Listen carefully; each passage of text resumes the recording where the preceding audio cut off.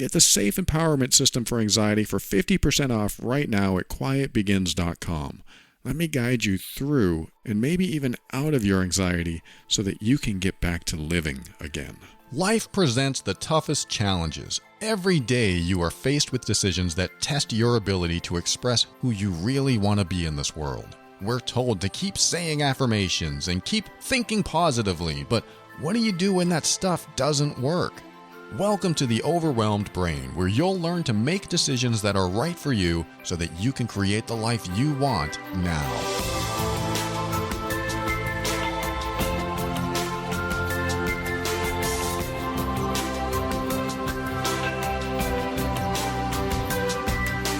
Hello and welcome to the show. My name is Paul Coliani and I am here to help you increase your emotional intelligence so that you can avoid dysfunction, handle toxic situations with grace and ease, and show up as your authentic self. Everything I talk about on the show is my personal opinion and is meant for informational and educational purposes only. Always consult a medical or psychological professional before making any changes that could affect your physical or mental health. I had a conversation with my girlfriend earlier that I'll share a little snippet of. Where were we? In the living room, and I said, it's been 7 years. I've been doing this podcast for 7 years. And she said, well, that's why you're succeeding at it. That's why it's working out for you. And I thought about that, and, of course, anything that you do consistently with persistence will eventually work out. I shouldn't say anything, but if you never give up, something has to change, something has to give, something has to break to the point where you finally reach a level of, I don't know if you'd call it success, but some sort of achievement, some sort of accomplishment. Doesn't mean everything is going to work out. I mean, you can work on something for years and just have it be a complete failure. I'm sure relationships come to people's minds when they think about that.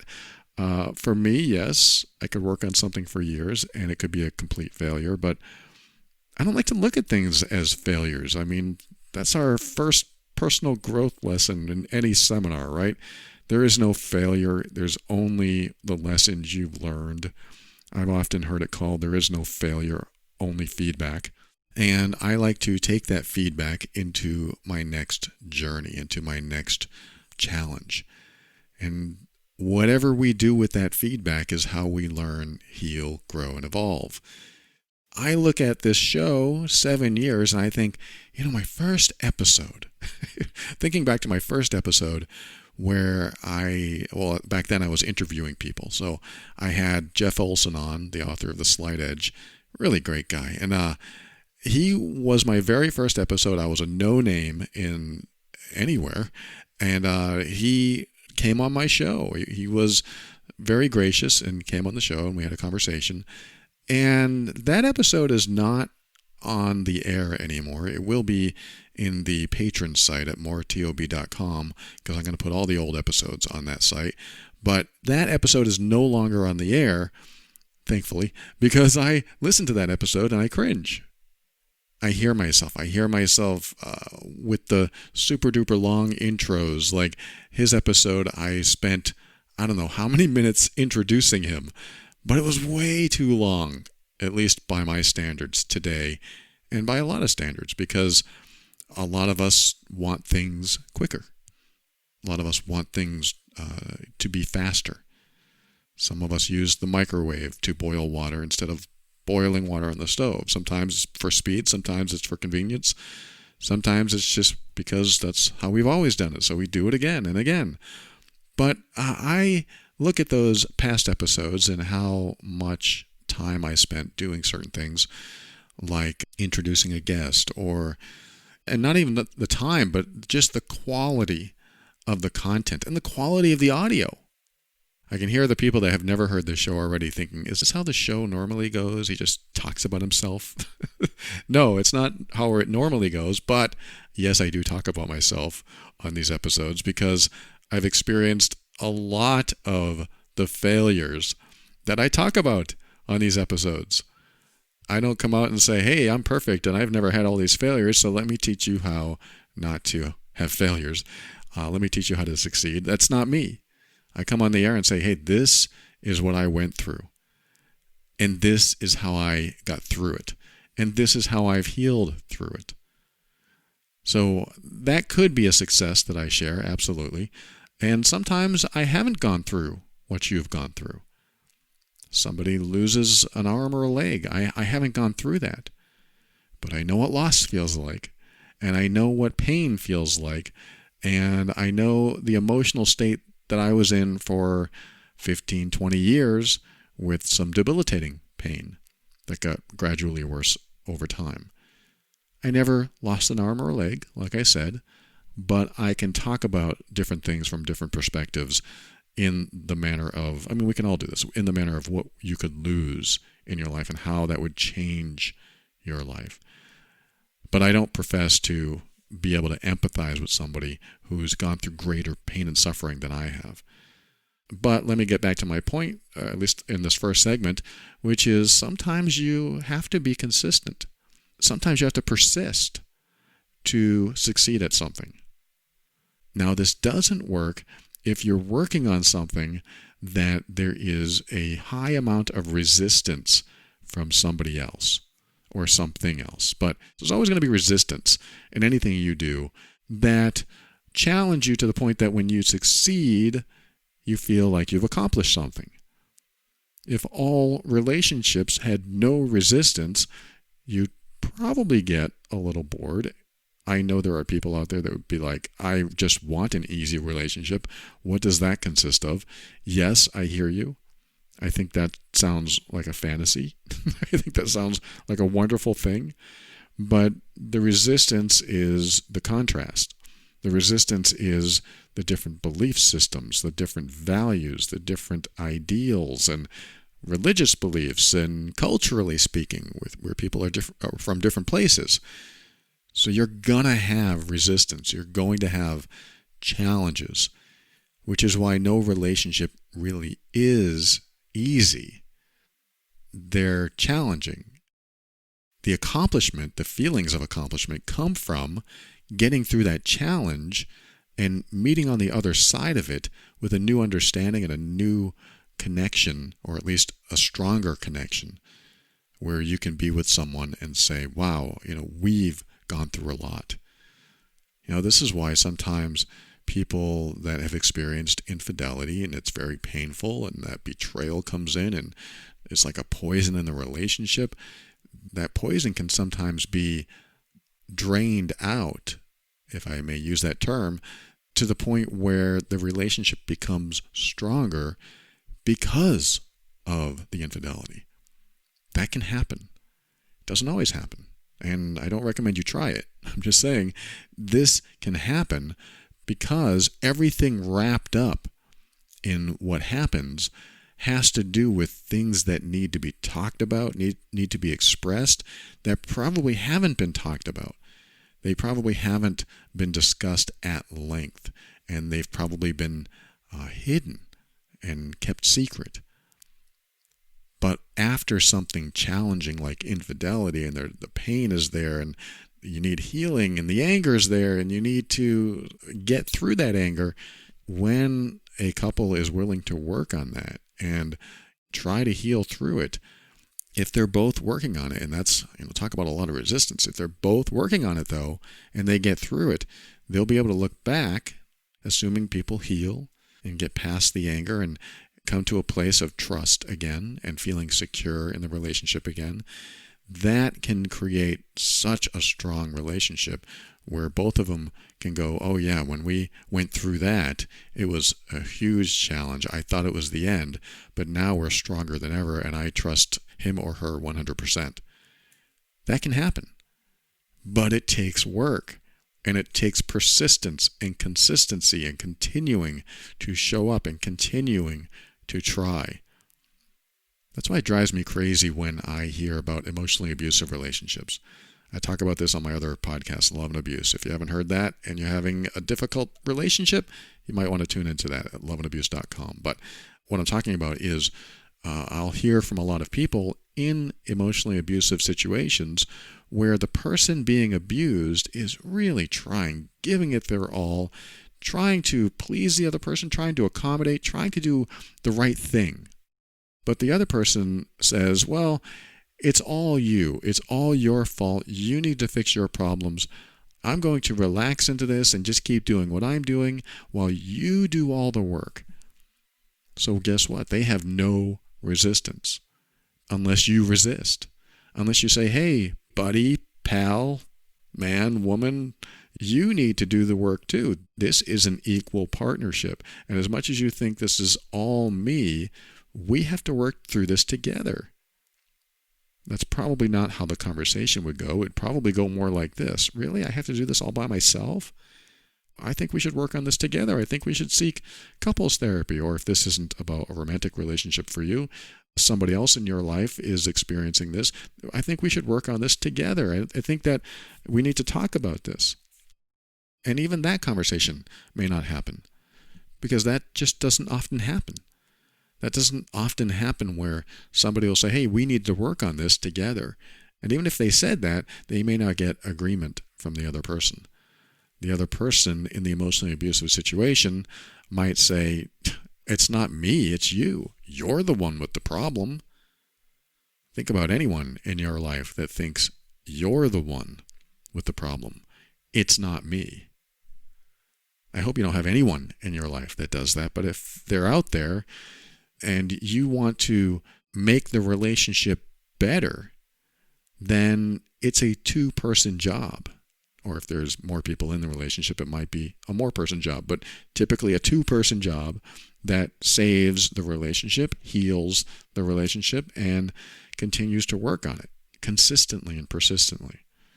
It's that commitment to making things work. Just like my first episode and my second episode, and then getting to my 50th episode and my 100th episode, it was a commitment to cringe through my first 10, 20, 30 episodes, thinking I was doing well, thinking that I was making a good show, and to some people I probably was. That's fair. But to me, when I listen back, I think, what was I thinking? What am I doing? This isn't a personal growth and development show. They don't want to tune into this. There's a lot of self-doubt that came in. There's a lot of work I had to do on myself. I tell you what, doing a podcast every week for 7 years and multiple shows a week sometimes, because now I have 2 shows that I do multiple episodes, doing something like that for 7 years teaches you a lot. And I'm not talking about just broadcasting, podcasting, speaking, talking for an hour. I'm not talking about any of that stuff. I'm talking about everything that you have to face in yourself. Anything that you go through, relationships, jobs, climbing a mountain, you have to face yourself. That's the best part of it, though. Since I've been doing this show, I've had to face my own insecurities, my own relationship issues. I mean, I went through a divorce while doing this show. That was a huge challenge. I'm going to be vulnerable right now, I would have episodes, probably 2 or 3 that I can remember, where I had to stop recording because I would start to cry. The reason is because I would hit on something that I hadn't yet healed from, or that I still had an emotional trigger about, or that I really had feelings about. I remember recording an episode about my wife when I was married and how bad I felt about how I treated her while we were married, and I had to stop recording. I thought maybe I should just keep recording because this is real, this is raw, this is me. But I couldn't say anything, and I would have felt like an idiot, so I just stopped recording. I thought that was a wise decision, but maybe I should have left it there. But either way, I still talked about it. When I got back on the air, I don't know if I said I started crying and I had to stop it, but I decided to address the emotions and the feelings that came up. And if you heard my shows where that happened, you heard some pretty raw stuff. And by doing that, by allowing myself to put this on the air, into the public airwaves, to be downloaded tens or hundreds of thousands of times, to be heard over and over again by different people all over the world in different relationships that are experiencing what I've experienced or not. And to expose myself like that, to be vulnerable, to be in a humble place that anyone could have just written to me and said, you were a big jerk. I expected that kind of feedback where I would express something that I did that I was definitely not proud of, that I felt guilty about, that I felt shame about. I expected people to keep me in that guilt and shame. And surprisingly, they didn't. I mean, you didn't. You didn't write to me and say, well, you should be ashamed of yourself. I've had people do it. I've had people reach out to me. I've had somebody write a review for the show, and they said, this guy was a jerk to his wife. She was right. I think it was a she. She was right. I was. I admit it, and I deserve that.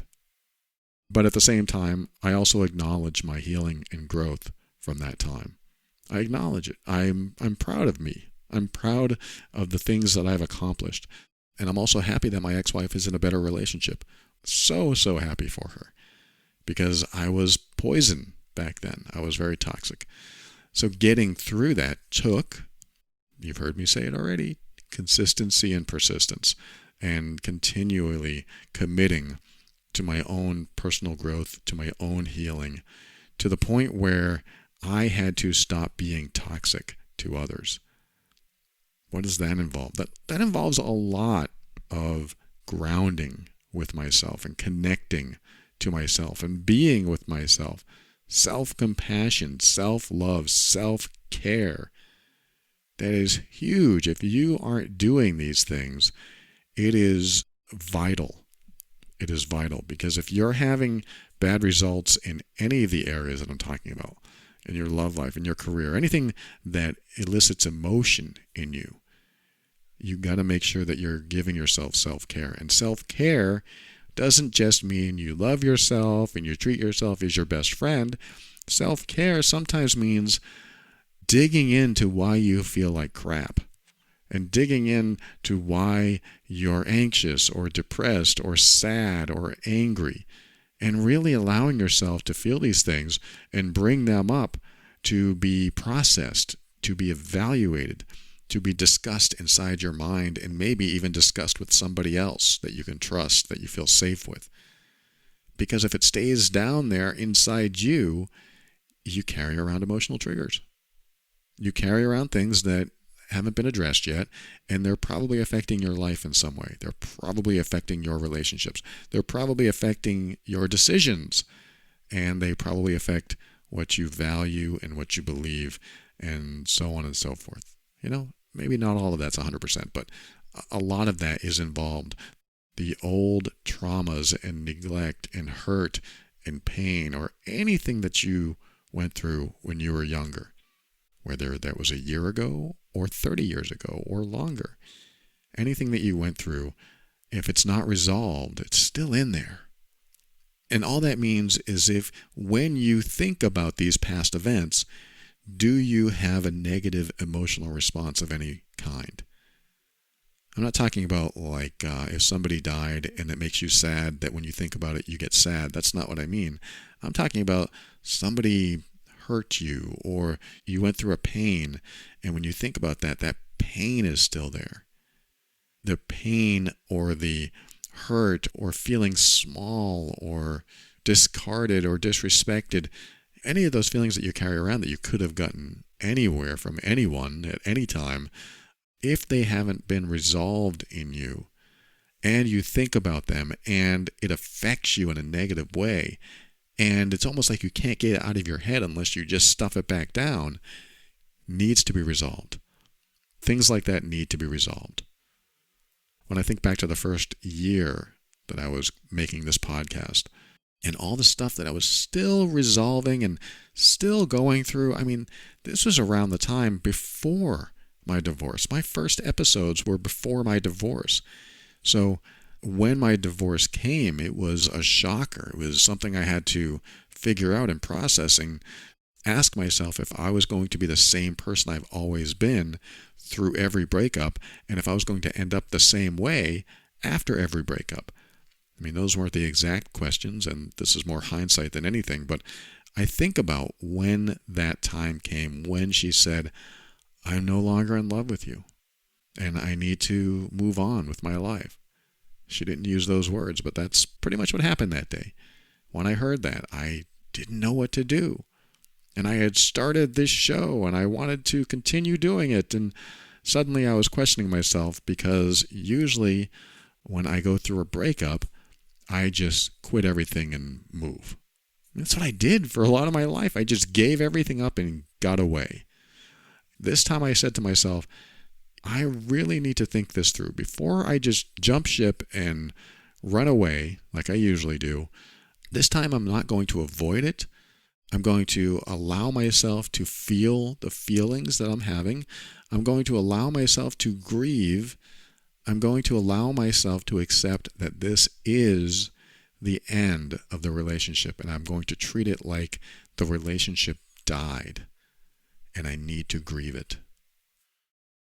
Thankfully, I was in my 40s, just starting in my 40s at the time, so I believe when you hit your 40s, you start gaining wisdom from your life, from the life that has been thrown at you for all those years. If you haven't reached 40 yet, wisdom's coming. Wisdom is coming. And I've met people that are much younger than I am that definitely have a lot of wisdom. But I think when you hit your 40s, you should access that wisdom and not be afraid to face the challenges that were scary before. You should do everything to connect with yourself and dive into yourself. And you might have to do what I did, which is basically be your own mommy and daddy. That sounds a little strange, but you self-parent. You show up for yourself in a way that maybe your parents couldn't, or never could, or can't now. And if you do have loving, healthy, kind parents that want to be supportive, then of course reach out to them, and maybe they'll give you some wisdom of their own. But some of us don't have that. I mean, I have a mom, and she's been so supportive. She loves me. She cares about me. But to ask her how to deal with this, it's not in her resume. She does not know how to deal with what I've been dealing with. So even though I could share this stuff, all she could do, for the most part, I mean, she did a lot for me, but all she could really do to help me emotionally is just listen and say, I'm there for you if you need me. Because she didn't have the advice that I was so needing, but at the same time didn't want, because really all I wanted to do was crawl into a hole. But it's nice to have people that are in your life that you feel safe being around and you trust to be there for you. Non-judgmental people that love you and care about you and just want you to feel better. If they can allow you to just be yourself, even if that self is sad and lonely and scared, then you'll be able to release some of the pressure that normally builds up when you don't have that. But when you don't have it, when you don't have somebody that you can trust and have a shoulder to cry on or just express yourself, that's when self-care comes in. This reminds me of an email that I received that somebody was talking about empathy. Like, how do empathetic people stop putting themselves in harm's way? I forget the entirety of the email, but she asked, some people are very empathetic and they always put other people first. The first thing that came to my mind is you're not practicing self-empathy first. You're not practicing self-compassion before you give compassion to others. What is self-empathy? It doesn't even make sense. I look at self-empathy as caring about how you feel and feeling how you feel. Yes, it's weird to think about it that way because you are you. But if you are able to connect with yourself as you would someone else and feel how you feel and care about how you feel, you're going to experience self-empathy to the point where you will care for yourself, to heal yourself, to get into a better space, to process what you need to process, listen to yourself, and get to the point where you now are available for other people. This is what self-care is all about, in my opinion. Self-care is self-compassion and self-love and self-empathy where you care about caring about yourself. Kind of that dissociated perspective where you're outside yourself, looking inward, caring about yourself, and having empathy for yourself. When you can do that, you will get the energy that you need to care about others and care for others and stop putting others first. I know that's not something you do all the time. Sometimes there is a challenge that you need to care for someone else first. There's different situations that applies. But for the most part, especially very empathetic people, especially people pleasers too, when you care about others to the point where you're drained, you will never be happy. You will always feel drained. And the only time you're happy, if you're going to feel any happiness, is when you care about somebody else to the point where they are gracious and thankful to you, and it gives you a quick high. But happiness shouldn't be about quick highs. Happiness should be a general feeling that is often there and sometimes not. I want to repeat that. Happiness is that general positive feeling that is often there and sometimes not. If it's the opposite, where it's often not there and sometimes is, then you might be finding quick highs in your life, those emotional highs. And a lot of empathetic people do that. A lot of people pleasers will do that too. They will find these quick highs and they're happy in those few hours or days, but then they're back to that general feeling of unhappiness. Happiness should be an experience that happens more often than not. So let me wrap up what my real point is during this segment, which is talking about how sometimes you do have to make a commitment and go through the struggles and go through the beginning phases of things and work hard at it, as long as there is a synergy. I hate to use that word, but I'm going to use it. There's a synergy between you and what you're working with or who you're working with. That means that the person that you're working with to figure something out or make something better has to be on the same page, has to be in the same proximity with your values and beliefs. They don't have to match, but there has to be some level of balance in there, some level of similarity. It doesn't mean you have to be the same person. It just means when you look at two adults that are working on something together, you would expect those two adults would put the effort they can into it. And when one of them is not making the effort, then it doesn't work. It is the ship listing. It is the scale unbalanced. It is the seesaw that somebody jumps off and you land on your butt. I don't know if you've ever done that in your life. It's not pleasant. And when you fall, you wonder why they did that.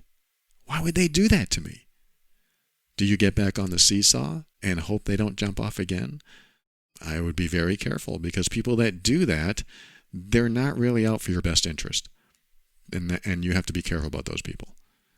So there are people that you need synergy with. And I want to say this too. There are things that you need synergy with and environments that you need synergy with.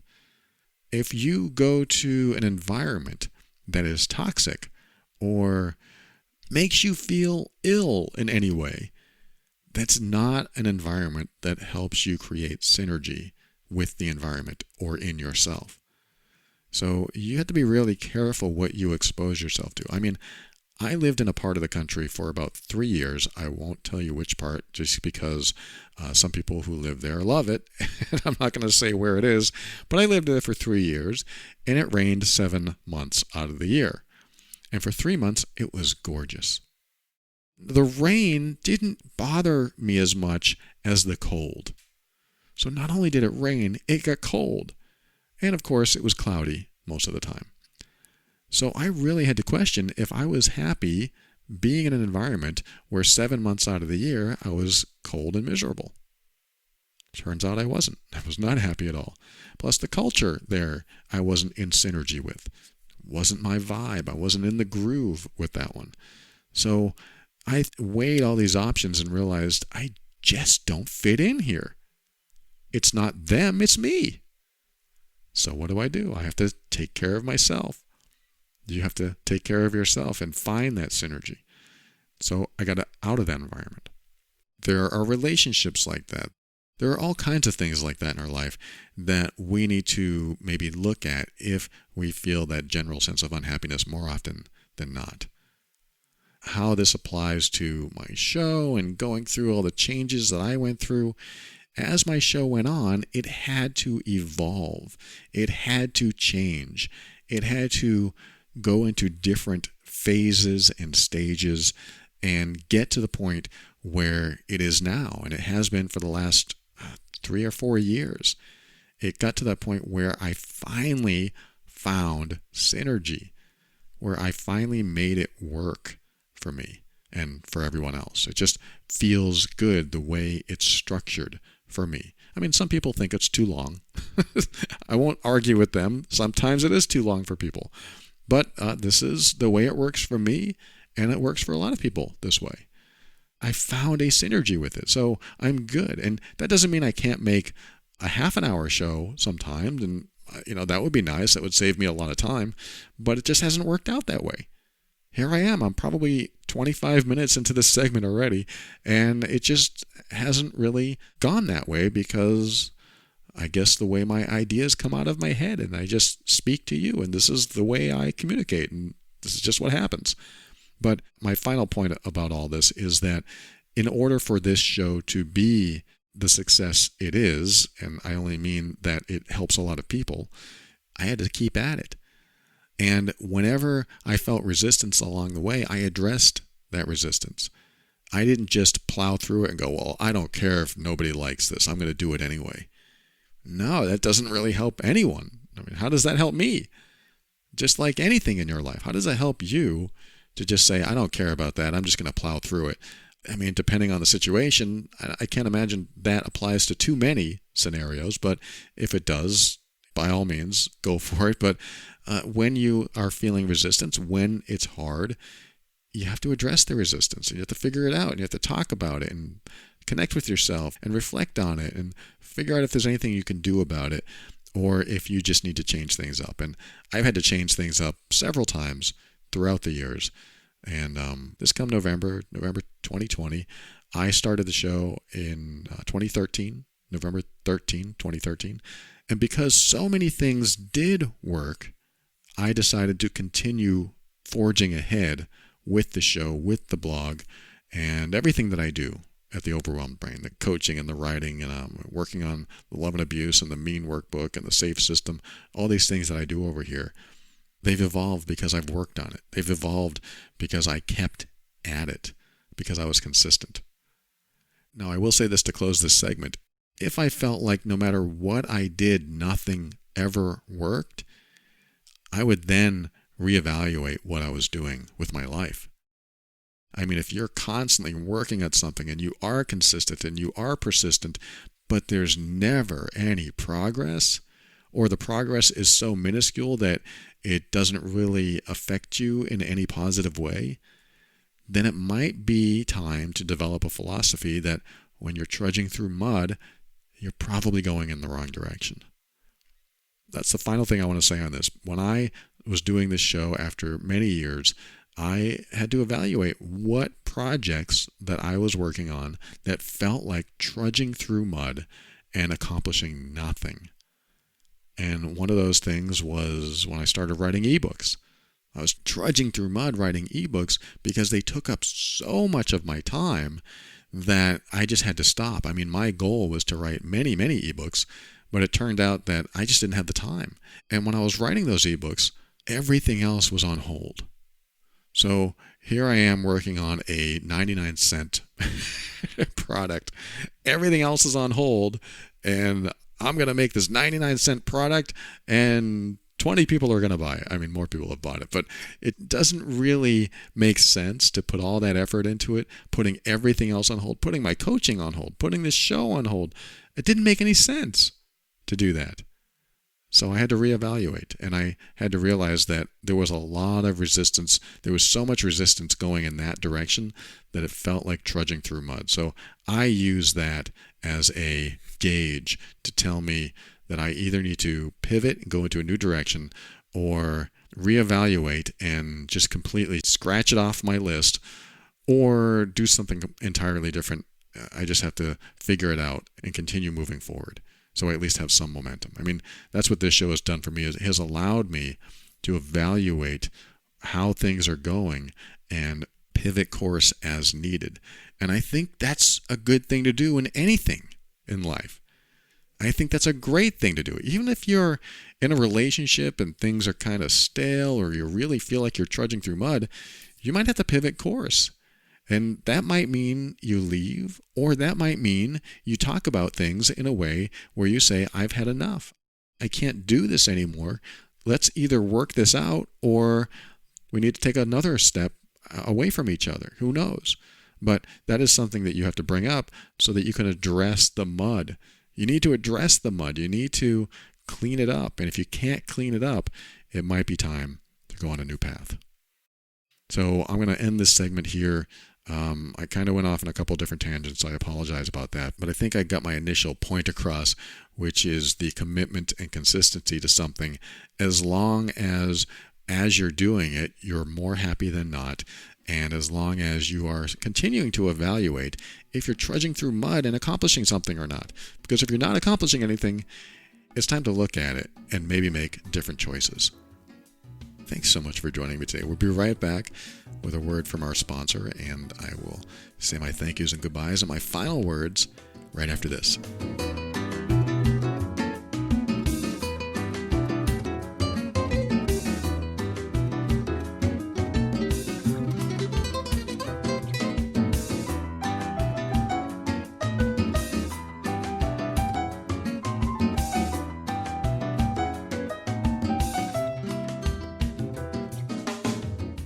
You know, sometimes it does feel like you're trudging through mud and you just don't know how to get out of it. Your boots get stuck. So now you get this boot in the mud. And now what do you do? Because nobody's around to help. I don't like the idea that no one is around to help. That doesn't feel good to me at all, which is why I really appreciate services like BetterHelp. I have talked about them many times before, and I talk about them on this show many times because it's just a great service. It is worth looking into and talking to real therapists through a system set up to accommodate you. Especially now, it's so nice to have somebody accommodate us when everything just feels in disarray, you know, with COVID going on right now and businesses closing. And there are people that are stressed out. There are people going through a lot of challenges, which is why, again, I appreciate a service like BetterHelp, because sometimes you're told that you can't even leave your house. At least that's what it feels like. I want you to consider going to BetterHelp, that's HELP.com/brain. And when you do that, you'll get 10% off your first month and join over 1 million people taking charge of their mental health. And, you know, I was just saying in the last segment, if you're unhappy more than you're happy, what is interfering with that happiness? And have you figured that out yet? Or do you know what it is, but you just can't figure out how to get past it? This is what this service is for. Things like that, where you either know or don't know what's going on with you, and you just need to talk about it with someone. BetterHelp can assess your needs and match you with your own licensed professional therapist. You get to connect in a safe and private online environment. Very convenient. And you can start communicating in under 24 hours. You can send a message to your counselor anytime, and you can talk to them on the phone, through their on-screen messaging system, or even video chat. Set up a weekly conference with them and get into a better space. Somebody is there to help you get into that better space. So check out BetterHelp.com/brain. That's BetterHelp, HELP.com/brain. Get 10% off your first month today. And let them help you through any of a number of things that you're going through: depression, stress, anxiety, relationship issues, sleeping, LGBT matters, family conflicts, anger. Everything you share is confidential. BetterHelp.com/brain. Check them out today.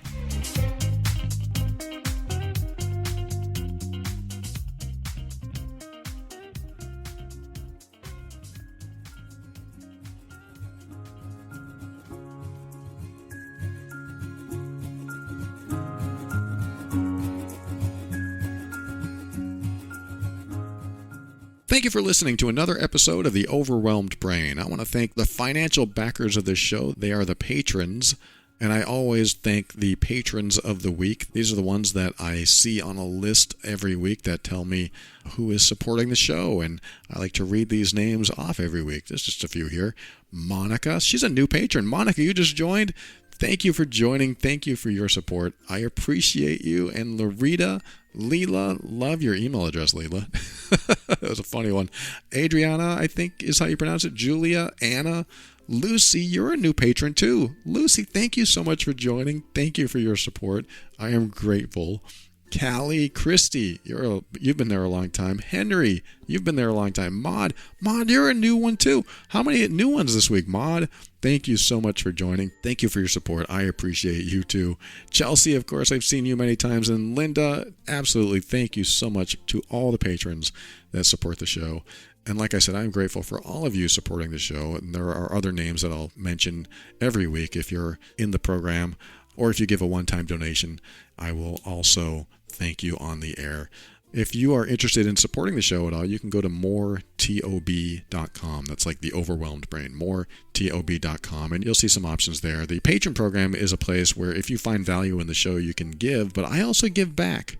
So if you join the patron program, you're going to get access to almost 100 private episodes and the video library and the workbooks and the worksheets that I have available in there.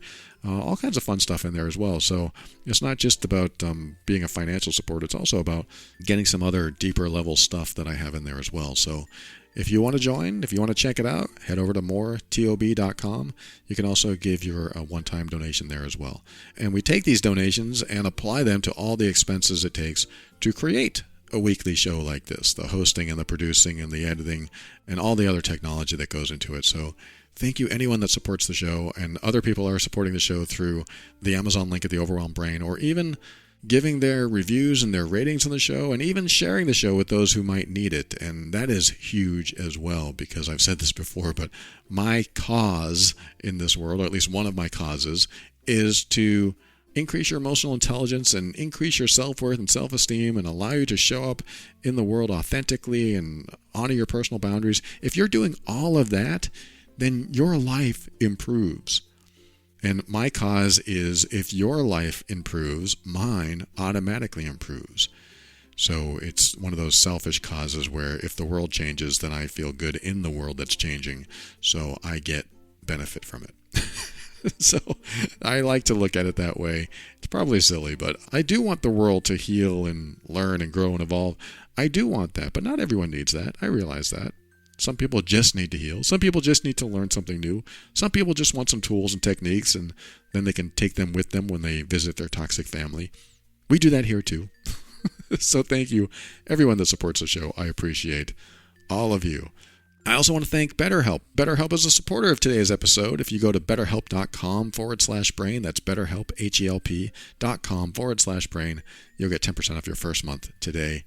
And I also want to mention the Love and Abuse podcast. I mentioned it at the beginning, but I think it's important that if you are dealing with any type of difficulty in any relationship that you're in, whether it's romantic or platonic or coworker or whatever it is, if you're experiencing any type of difficulty where you just can't seem to work things out, or maybe you leave every conversation feeling a little bit bad or angry or unresolved, check out loveandabuse.com.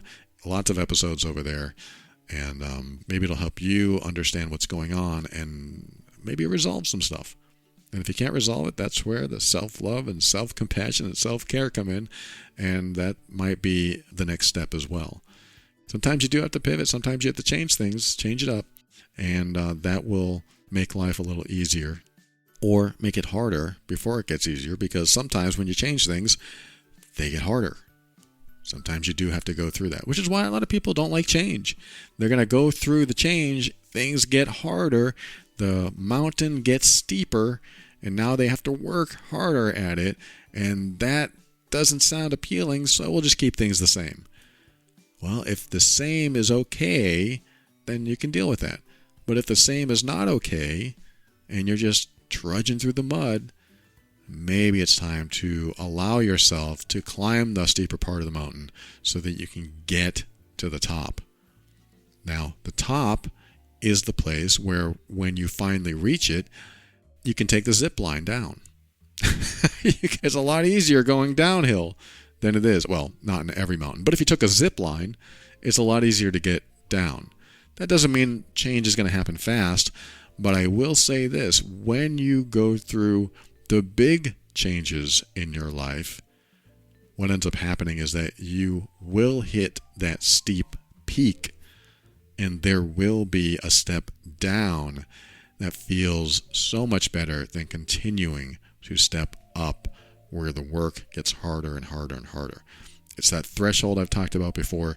You will get to a point where you've worked so hard because you were committed, because you were consistent, because you were persistent, because you were dedicated to the completion of the journey, that you will reach a point where you're either going to be so exhausted that you're dead. It's a terrible way to look at it, I know, or you're going to succeed. And even if you don't succeed, you never know what path is going to open up because you're moving forward. That's one thing I just said in my email. If you're not on my email list, go to theoverwhelmedbrain.com and sign up. You'll see a place to sign up there. But in my latest email, I talk about how we can be stuck in these ruts. And every day is the same thing, and we're just not happy, and we just keep trudging through the mud, continuing to move forward when we just want to get out of the rut. But sometimes it takes a lot of work. It takes a lot of work to get out of some of these ruts that we get ourselves into. But the rewards are amazing, and even when you don't get the result that you want, you still get a result that wasn't the same as it was yesterday. And that, I think, is one of the keys. We can sometimes go through life day after day, like I said in the newsletter, like a skipping record. It keeps playing the same part of the song over and over again, just like we could play the same day over and over again. So the next day is going to be the same old S. The same old crap that we have to deal with. The next day is the same old crap, and the same old again and again, and then we have to deal with that over and over again, and it pretty much becomes our favorite term of this year, the new normal. Oh, it's the same old crap every day. Here's the new normal. I get used to it, so that's just how it is. And sometimes we don't consider climbing that extra steep part of the mountain because we just don't want to go through the challenge. It's so hard. It might be so painful. It might put us in the abyss. We might fall through a chasm and then end up somewhere that we don't want to end up. But it will be different. I will say this, it will be different if you choose to climb that steeper, more difficult part of the mountain. Things will change. So this is kind of a metaphor for life, and I don't know if you needed to hear this today or not, but I put it out there. Every week, I'm consistent and I'm persistent, and I'm committed to continuing to do what I can to make sure that you are happier in life and you get to a place that you feel better inside yourself and about yourself. Remember that self-empathy. Being happy that you're happy. That would be interesting.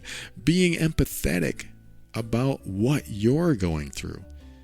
Putting you first and realizing that if you don't do that, you're not going to have the energy to help anyone else or be there for anyone else. You need to be there for you. Because when you're there for you, you will have the energy, the motivation, and the energy and the motivation for anyone else. But you got to fill your own cup. You got to do it. So I hope you're able to apply this in your life somewhere. And just know that I appreciate you. And I know sometimes life is a struggle. That we all go through some sort of struggle. We all have our own version of struggling and suffering. Don't let anybody ever tell you that you shouldn't be angry or you shouldn't be sad or you shouldn't be anything. Because you have a right to feel anything you want. Everything that you feel is real. And you might have to go through it. You might have to process it. You might have to figure it out and work on yourself and show yourself love and compassion and caring, because some people aren't able to do that for you. And those that are, well, we want to keep those kind of people in our life. I want to keep those people. And if they're not around anymore, then we have to go right back to ourselves and reconnect with ourselves. Because sometimes we have to do that. Sometimes that is the highest, steepest part of the mountain, is connecting with ourselves. So if you ever have any trouble connecting with yourself, just remember to keep an open mind. This helps you step into your power and be firm in your decisions and actions so that you can create the life you want. Always take steps to grow and evolve. You are powerful beyond measure. And above all, and this is something I absolutely know to be true about you, you are amazing.